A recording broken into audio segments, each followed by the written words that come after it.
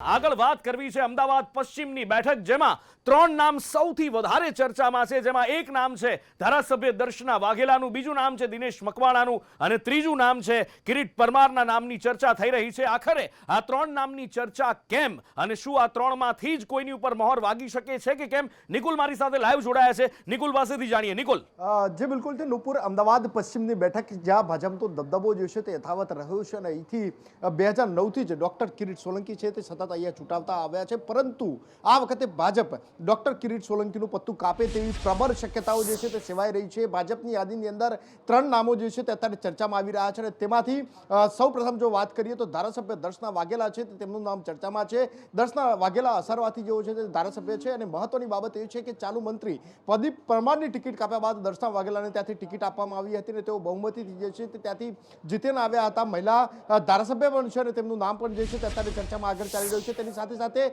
અમદાવાદના પૂર્વ મેયર કિરીટ પરમારનું નામ પણ જે છે તે ચર્ચામાં ચાલી રહ્યું છે. કિરીટ પરમાર જે છે તે અમદાવાદના જે પૂર્વ મેયર હતા અને એકદમ સીધું અને સાદું જે વ્યક્તિત્વ છે તે કિરીટ પરમાર ધરાવે છે, તેમના નામની પણ જે છે તે અત્યારે ચર્ચા ચાલી રહી છે. તેમની સાથે સાથે દિનેશ મકવાણા નામની પણ જે છે તે ચર્ચાઓએ જોર પકડ્યું છે. મહત્વની બાબત છે કે જે ત્રણ પેનલ અત્યારે રાખવામાં આવી છે નામની, તેની અંદર જે દર્શના વાઘેલાનું નામ છે તે સૌથી આગળ સાથે ત્યારબાદ જે છે તે કિરીટ પરમારનું નામ પણ જે છે તે ચાલી રહ્યું છે. જો કે ચાલુ સાંસદ ડોક્ટર કિરીટ સોલંકીનું પત્તું કપાય તેવી પ્રબળ શક્યતાઓ પણ જે છે તે સેવામાં આવી રહી છે. અનુકૂળ